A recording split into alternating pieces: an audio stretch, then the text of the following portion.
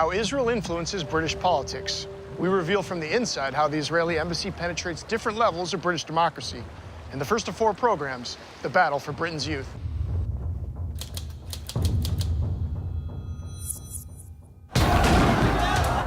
Following decades of violence, a new challenge has emerged to Israel's occupation of Palestinian lands, called BDS. BDS is here to stay. That's the global movement to boycott, divest, and impose sanctions on Israel and expose it as an apartheid state.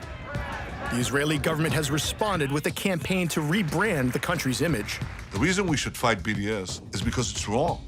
It's a moral outrage.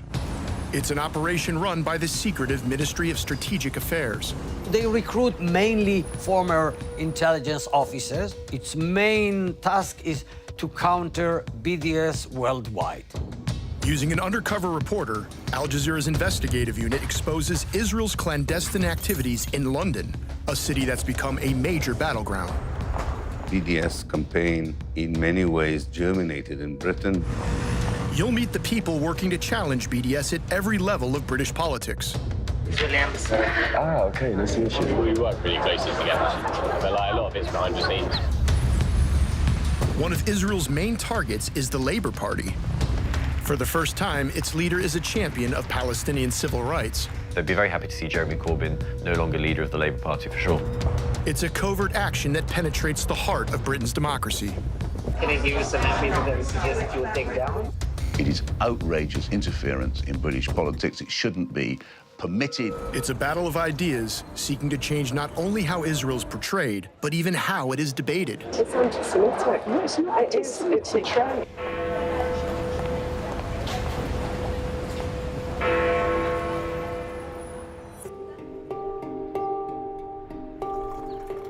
Our undercover reporter grew up in Germany and creates an identity as a graduate planning to live in Britain.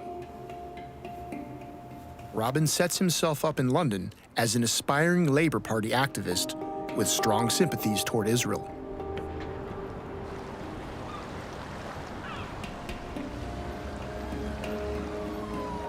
After over a month of attending party functions, he stood out as a friend of Israel.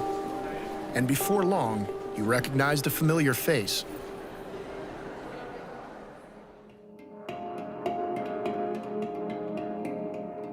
I'm Robin. Ah, okay, nice to meet you. My name is Shai. Shai? Shai, yeah. It's a meeting of the Labour Friends of Israel, or LFI, members of the British Parliament who lobby for Israel. Yeah, take the district. Shai later explained to Robin the problems the LFI is facing. Not a lot of young people want to be affiliated. Obviously, when they will become MPs, they won't be affiliated, and then that's it. Chain is done. Because for years, every MP that joined the parliament, the first thing that he used to do is going to join LFI. He's not doing it anymore in the Labour Party. CFI, they're doing it automatically.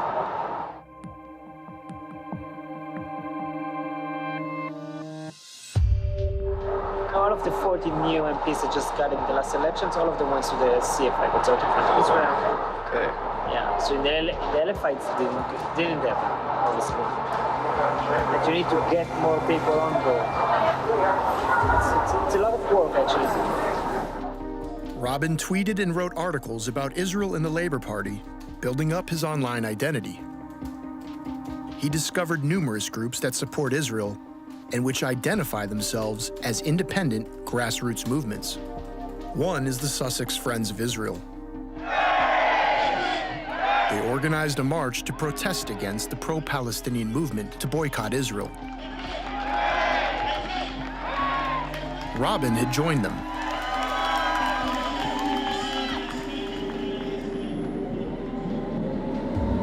Shai later described the embassy's role in some of these movements. There is a grassroots organization as Sussex Friends of Israel that went into demonstration. There is a Israel-Britain Alliance. There is a BIPO.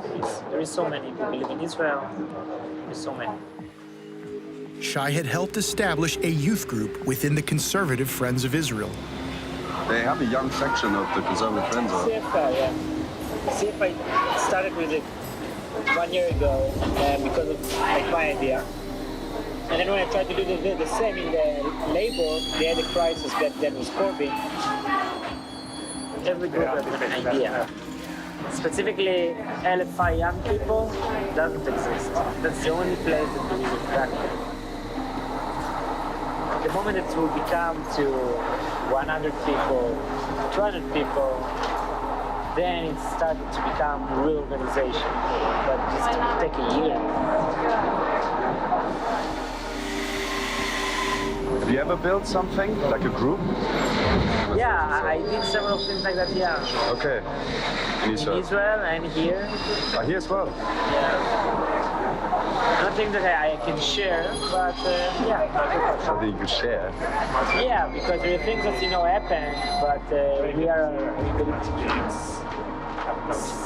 it's good to leave those organizations independent, but we help them to actually... To establish. Yeah. Hey, thank you very much. It was great. Have a nice evening, right?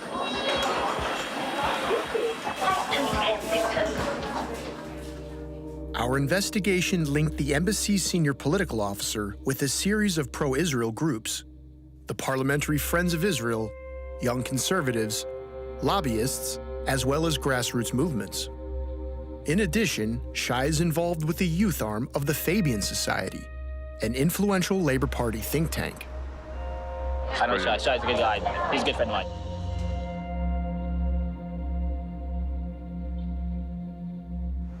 When we engaged with the Israel embassy, they gave us a program that was very neutral. And I know Shai. I met Shai through the process, and Shai, in himself, he's a very balanced guy. And if you talk to the Israel embassy, they're not going to barrage you with propaganda.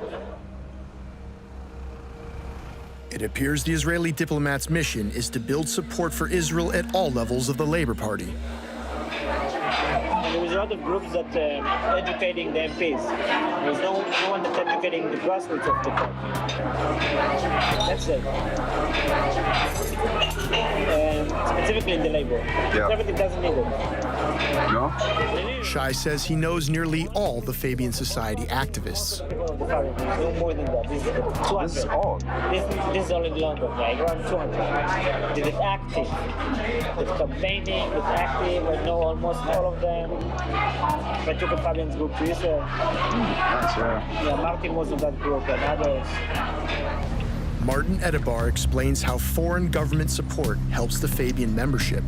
Shai's good in terms of manpower, and he's got great contacts on both sides of both in Palestine and in Israel as part of his job and experience. He's a great guy as well. He's very helpful and very supportive as well, and he's very balanced. I went on one of the trips of the Conservative Friends of Israel to the Middle East. It was brilliantly well arranged, very well looked after. You got fantastic access. You did meet Palestinians. If all you did was rely on that one trip, you would have a very one-sided point of view. Recently, I saw something on Facebook that, like some really odd thing that, the Israelis weren't giving Palestinians water or something during Ramadan. I know that's false. According to Haaretz newspaper, Israel, which controls all water sources in the occupied West Bank, did cut supplies, even if the reason was contested. I've been to Israel, going to the delegation, seeing what the system's actually like. I know that's false, and I know that's propaganda. But you only will understand that if you actually go to the country. Our undercover reporter discovered that Shai Massoud played a role in another key Labour Party organization, the Jewish Labour Movement, or JLM. Robin attended a summer barbecue organized by the JLM. Much of the small talk turned to the Israeli embassy. Who do you know at the embassy? Shai? Oh, you know Shai? Yeah. Oh, interesting. I work with Shai. Oh, you work with Shai? I work for the ambassador. At this moment, I wanted to also kind of formally welcome Ella to her new post as director.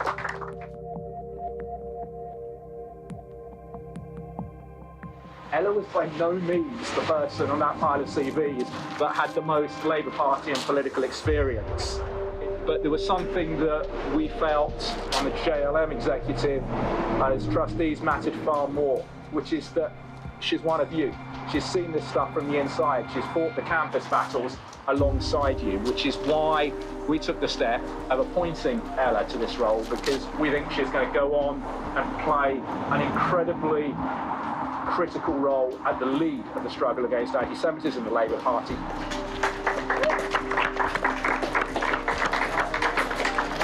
Hi guys, so I've been introduced. I'm Ella, I am JLM's barbecuer-in-chief and new director.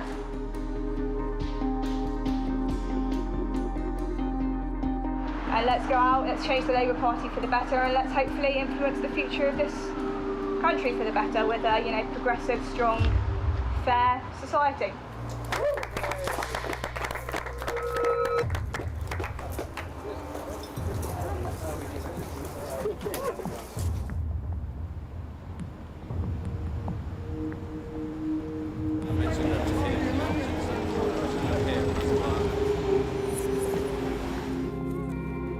What came next surprised our undercover reporter.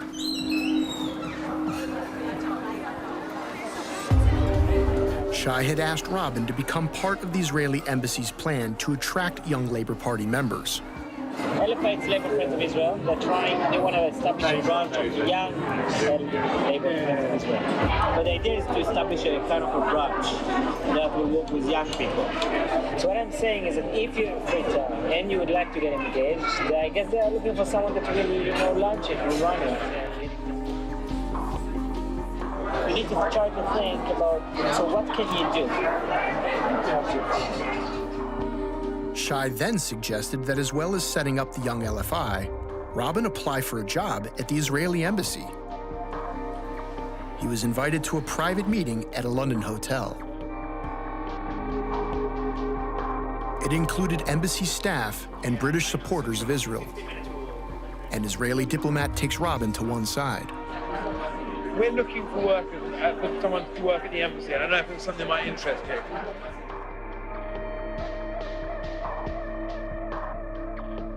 Shai talked to me about that actually, so I handed in my CV. That'll be it. That's it, exactly. We're also looking for somebody to work on the whole BDS piece, doing research into the different BDS movements, who they are, what they are, a little bit of strategy on that whole piece. So I don't know if either of those things might appeal to you. Ella Rose, the new director of the Jewish labor movement, was pleased to hear of Robin's plans to set up a Young LFI. I used to work at the embassy here. I can definitely help you out. And would love to come to any and every event you're hosting. Please consider me your #1 fan. The guest of honor, a minister from the Israeli government. I grew up on the ideology that the land of Israel totally belongs to the Jewish people. Not any compromise, morally, biblically. The land of Israel belongs to the Jewish people.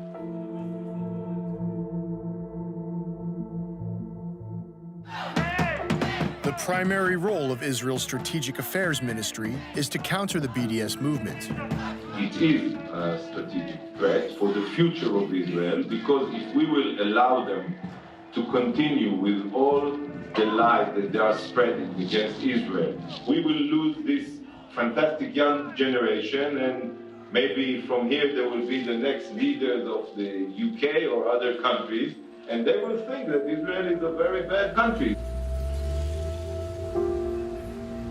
During another meeting with the embassy's senior political officer, Shai tutors Robin on setting up a new pro-Israel group. Basically, the people that affiliate with the Labour Party, they are young. How do you approach them? So first of all, I think you need something to sell, right? So theoretically, maybe LFI would agree to do a delegation to Israel. And that's always a good start. Second, maybe you need an interesting speaker. That's maybe the embassy can help, or LFI can help. If you're volunteering, to be the chairman of it, you theoretically need to have someone that will do social media, and someone that will take care of speakers or events, or someone that will be the chairman of the delegations to Israel. And then you just, and then people becoming, then you have a structure. Then it's not just your responsibility, under you another 6 people that have a responsibility somehow. And they're the committee of the organization. And that's it. That's the way you establish organization. Who should I contact, what do you think? Michael. Michael? Michael what? Rubin. Michael Rubin. Michael Rubin. Write to him that you have an idea, you want to take it forward. What's his position in the LFI? He's a parliamentarian officer. Recently started at LFI. I worked for the Labour Party before that. I was chair of Labour Students. I knew Shai in my role at Labour Students. We did a couple of things together. They take advantage of sunshine whilst it lasts.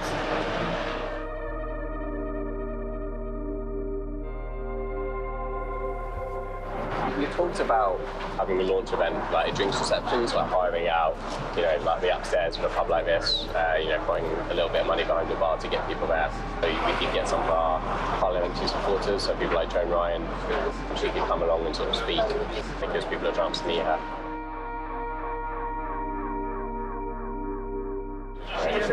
And she's in contact with Shai as well, so... Yes, yeah. We still work for the embassy quite a lot. And I sort of speak to Shai most days. The LFI appears to be looking beyond Labour's present set of MPs. The Labour Party at the moment is not in a good place, to say the least. There are lots of good young people coming through who are moderate and have good views on Israel. And I think we haven't really paid much attention to those people. People are going to be in Parliament in 10, 15 years' time. Robin tells him about the Israeli embassy's interest in recruiting him. And there are sort of, job openings available quite frequently. So you should chat to Shai. He gave an example of how a job at the embassy could further a career in British politics. Ella Rose, she was president of UJS, which is the Union of Jewish Students, a couple of years ago. She works at the embassy, but she is leaving the embassy to work as the Jewish Labour movement new staff member.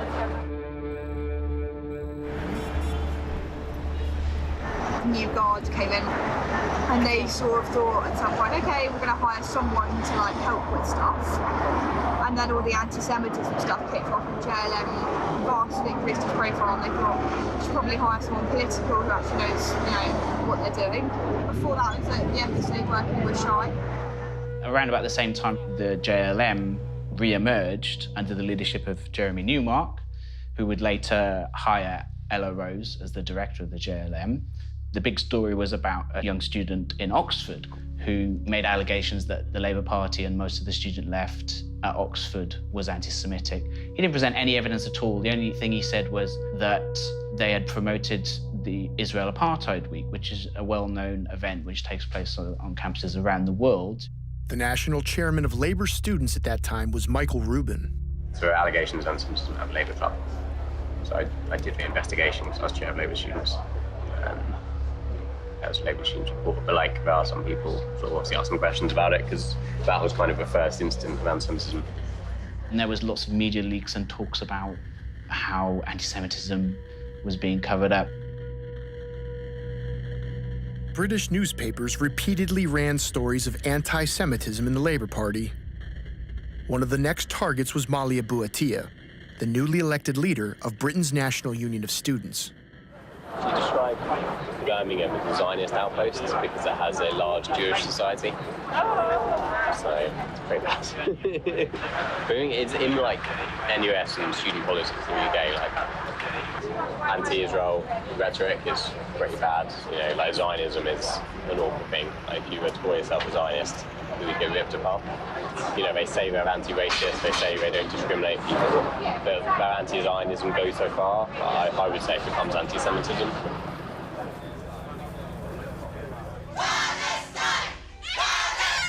With each year of Israel's expanding occupation, support for BDS has spread on college campuses around the world. In Britain, the Israeli-Palestinian conflict defined the 2016 election for the NUS presidency. Israel, where it exists now, is that problematic to you? Israel, as it behaves, is problematic to me. You would feel it would be okay for you to say about yourself that you were anti-Zionist? Yes, I would. Malia Buatia, yeah. So she's really bad. But you know Robbie Young? Have you heard of Robbie Young?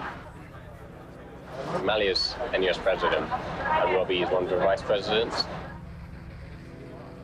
He's a Labour student, and he's like really good in Israel. Like, he's been out on a trip, so he's seen Israel and sort of seen it firsthand. He's really pro-Israel. So there are some people in NUS which are quite balanced and good. Another vice president, Richard Brooks, took the unusual step of publicly claiming that Buatia's criticisms of Israel amount to anti-Semitism. Like, we've never had an elected leader racist. NUS's internal structures don't usually allow a vice president to go in and publicly criticise your president on national radio, but you've got to do what you've got to do. When you look at what Malia Buatia has been saying, she says her criticisms are a political one. She talks about Zionism, not about people who are Jewish. Yeah, I think the really important thing here, and something that the student movement needs to face up to, is that it is for Jewish students to define what anti-Semitism is. And in the run-up to National Conference, nearly 50 Union of Jewish Student Presidents of Societies made it clear that they had concerns about some of the rhetoric. Brooks never mentioned that weeks before that interview, he'd been taken to Israel as part of a delegation from the Union of Jewish Students. I got educated on the stuff, like spoke to people in UJS. I got taken on a trip to Israel with UJS about 2 months ago. So that I learned loads around. Then from there on in felt confident enough to start talking about some of the stuff more seriously. Obviously Malia is awful. I was at a conference where she got elected. So, yeah. we were campaigning for a person running against her, obviously. We didn't want her to win. But yeah, obviously it didn't work. During the run-up to the election, Richard Brooks had held private meetings with Russell Langer, the campaign director of the Union of Jewish Students. Also attending the meetings was Michael Rubin. When he was chair of Labour Students last year, I worked with, so it was me, him and Russell from UJS.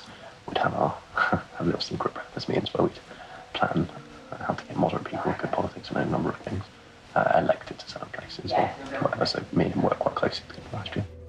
After being introduced by the Israeli embassy as a young LFI volunteer, our undercover reporter explores the possibility of ousting the pro-Palestinian NUS president with the help of Richard Brooks. So how can we get in touch with the people who are trying to oppose her? You speak to me, because I'm helping organise them. Yeah? So, okay, cool. So just drop me a line whenever you want to have a conversation, or if you want to speak to someone in a certain geographical area, I'll point you to the right people. Our investigation also revealed that the Union of Jewish Students, who sent critics of Malia Buatia on trips to Israel, has received money from the Israeli embassy.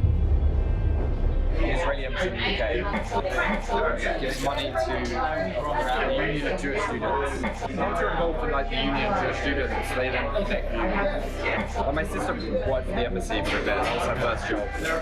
It's a good platform to do for like a year.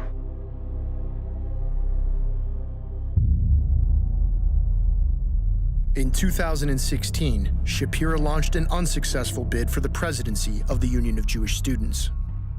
He also received donations from Israel to set up a new campus-based think tank. He established the Pinsker Center with former University College student Elliot Miller. I spent a year working in the government in Israel. I was doing a fellowship in the Foreign Ministry, the Congressional Affairs Department, so all Congress, as far as APAC and stuff. The guy behind me is in Israel. So the kind of guy can walk into a room with a donor and the donor will give them a check for 2.5k. Just like that. He's a genius. They also confirmed for the first time that the powerful American pro-Israel lobby, AIPAC, is channeling money to British campuses through the Pinsker Center. I think AIPAC gave some money. We went to AIPAC in March and we got involved with AIPAC London. Elliot Miller remains vocal in the cauldron of London student politics. We kind of set up the Pinsker Centre. Our aim is to reframe the rhetoric on UK campuses. I feel like a lot more needs to be done on the education front, bringing more diverse speakers, move around to the political spectrum on campus, present another narrative.